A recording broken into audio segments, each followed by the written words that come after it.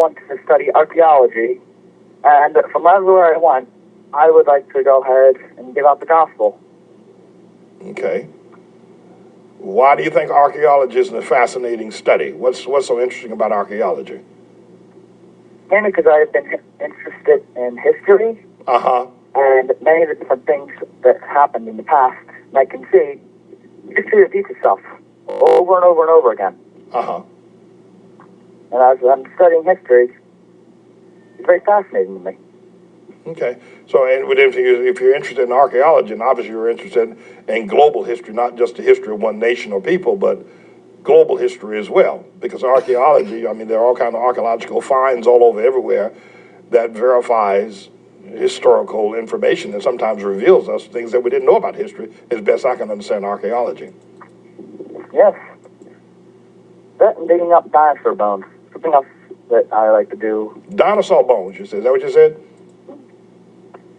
Because you dig that stuff up and you can tell right away there is a creator. And you look at this stuff, it's so fascinating. There's all the design that went into it. Well, by the bones alone. In spite of what you've gone through, you are steadfast that there is a creator, that God is sovereign, that he is the creator of all things. Is that right? Yes. Yeah.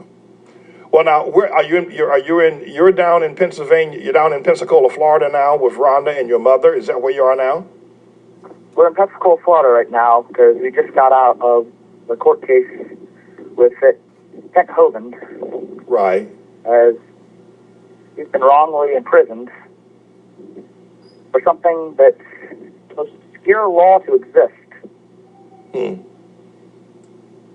What's your feeling about how they're treating him there in Florida, in Pensacola? What's your feelings about that? I think that this obviously a religious persecution. If it was not religious persecution, then how come rapists and murderers get out 2 years and he's still in there for 8 years right now with a 10-year sentence for taking out less than $10,000 from his bank account? Does that make sense to anybody? It doesn't make sense to me unless you're the devil and you want to try to destroy the word of God, and anybody that preaches it in the ways that convicts people that God is the creator. But you're absolutely right and on target with your question of what they're doing to him. You're on target. It's been very strange. I can see down here, this used to be someplace where people would say the Bible's strong. It ain't anymore. Everyone down here, I used to call this the hot Philly. That's what I call it. You know, that's... I met this one lady. She goes ahead, and she says that he hasn't learned his lesson yet. Really? Really? Ooh. Who made her judge? Who told her? You know, but Jonathan, that's an excellent observation. I meant to bring that up with Rhonda when I was talking to her earlier, that Pensacola used to be the Bible Belt. I mean, that used to be Jesus all the time there, everywhere you went. But you say that's gone now. Oh, that's all gone now. If you know how you walk around, there's people in their underpants walking around, and everyone doesn't seem to be fazed by that. There's so many different things. There's sin everywhere, and no one's an uproar about it. I don't understand. This place is like just the devil's country right here. That's a very interesting observation that you're making, but I can clearly see what you're saying. You know, it's getting like that all over America, Jonathan. I'm here in Harlem, New York. I'm in New York City right now, and if you can see what's happening there in Pensacola, you can know it's double down worse right here in New York City where I'm at this present moment.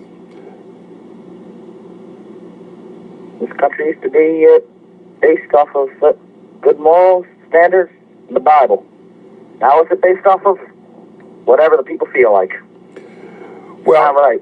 Well, listen, Jonathan, it's been excellent talking to you. I'm going to ask Rhonda to continue to keep us in touch. I'd like to have you on from time to time to encourage parents, and I want to post up that you're going to be on, so parents who have children that have been labeled autistic or they've been allowing themselves to take these vaccinations and drugs, so you can be an encouragement to them. So I want to have you on from time to time. And I'll get that information from Rhonda. She'll have that happen. But thank you so very much for talking to us today. You've been quite an inspiration, and your observations are quite accurate of what's happening with good Dr. Kent Hovind, and what's happening with Pensacola, which becomes Sin City. Thank you, sir. God bless you. Thank you. Bye. Goodbye. All right, everybody. That's Jonathan. We didn't get his last name, but we'll try to get him back so I can tell people he's going to be on our broadcast to encourage people. All right. Do we still have